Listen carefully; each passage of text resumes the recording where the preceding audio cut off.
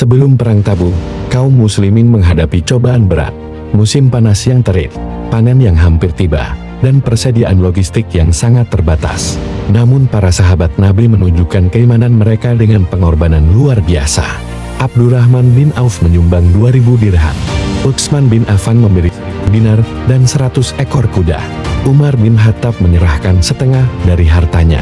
Dan Abu Bakar As-Siddiq memberikan seluruh hartanya. Saat ditanya apa yang ia tinggalkan untuk keluarganya, Abu Bakar menjawab dengan penuh keyakinan, "Aku tinggalkan Allah dan Rasul-Nya untuk mereka." Di Perang Tabuk, ada kaum Ansar yang tak punya harta. Namun mereka rela menyerahkan jiwa raga demi Islam. Mereka datang kepada Rasulullah, ingin ikut berperang. Dengan berat hati, beliau menolak, karena tak ada perlengkapan untuk mereka. Mereka pun pulang sambil menangis. Mereka dikenal sebagai Al-Bakon, orang-orang yang menangis. Kisah ini Allah abadikan dalam surah At-Taubah ayat 92. Kisah ini mengajarkan kita arti ketulusan dalam berjuang.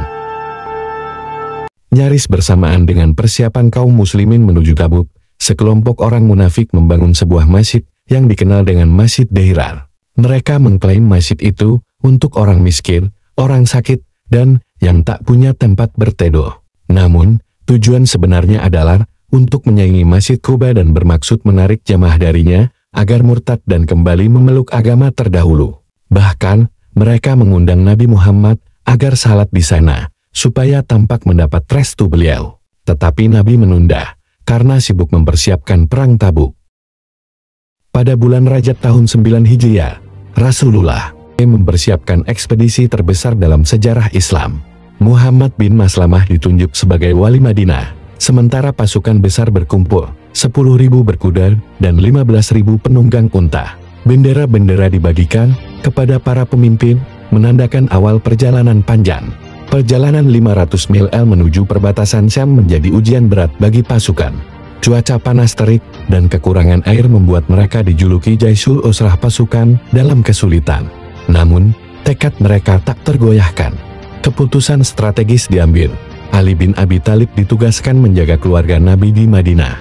Sementara itu, pasukan bersiap menghadapi ancaman Romawi yang dikabarkan memiliki 40.000 tentara. Inilah ekspedisi terjauh dan terberat yang pernah dilakukan umat Islam. Akankah terjadi pertempuran besar? Pasukan Muslim berkemah di Tabuk selama 20 hari tanpa ada pertempuran. Kabar tentang pengorganisasian militer Bizantium dan koalisi dengan Arab Kristen ternyata tidak benar.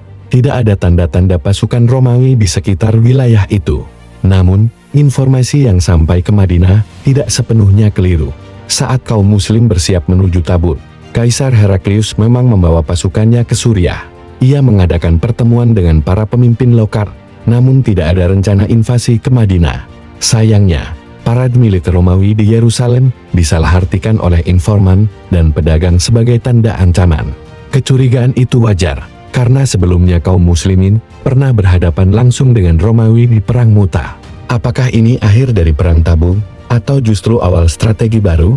Di sela hari-harinya di Tabuk, Rasulullah mengirim ekspedisi 450 pasukan di bawah komando Khalid bin Walid ke Dumatul Jandal. Dua suku Kristen Bani Ailah, Jarba dan Ajruh menolak masuk Islam, tetapi sepakat membayar jizyah sebesar 300 dinar per tahun sebagai bentuk perlindungan. Khalid bin Walid juga berhasil menaklukkan benteng Ukaidir, lalu mengirim kabar kemenangan kepada Rasulullah. Kemenangan demi kemenangan terus diraih kaum muslimin. Tapi, sebuah rencana jahat sudah menanti dalam perjalanan pulang dari Tabuk. Dalam perjalanan pulang dari Tabuk, kaum munafik menyusun rencana jahat. Mereka memilih jalur sempit berbukit untuk melancarkan aksinya. Namun, dua sahabat setia, Hudzaifah bin Yaman dan Ammar bin Yasir, sigap menghadang.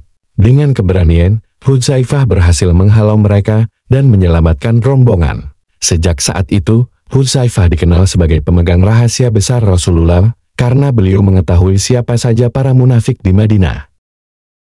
Pasukan Islam tiba kembali di Madinah pada bulan Ramadan tahun 9 Hijriah. Menjelang memasuki kota, di kawasan Zi'awan, kelompok munafik berusaha mengundang kaum muslimin untuk salat di masjid yang baru mereka dirikan. Namun, turunlah firman Allah dalam surat At-Taubah ayat 107-108 yang menyingkap niat buruk di balik pembangunan masjid tersebut. Atas perintah beliau, 2 sahabat Malik bin Duqaisym dan Asim bin Adi ditugaskan untuk membakar dan menghancurkannya. Keduanya berhasil melaksanakan perintah itu, sementara para munafik melarikan diri. Setiba di Madinah, suasana berubah duka. Putri ketiga Rasulullah, Ummu Kulsum istri dari Utsman bin Affan wafat setelah lama sakit. Kisah ini mengajarkan kita bahwa amal bukan hanya tampak luar, melainkan niat yang ikhlas di hati. Dan di tengah kemenangan, Allah menguji dengan kesedihan, agar manusia senantiasa rendah hati, sabar, dan teguh dalam iman. Terima kasih telah menonton, jangan lupa like, share, dan subscribe untuk kisah sahabat Nabi lainnya.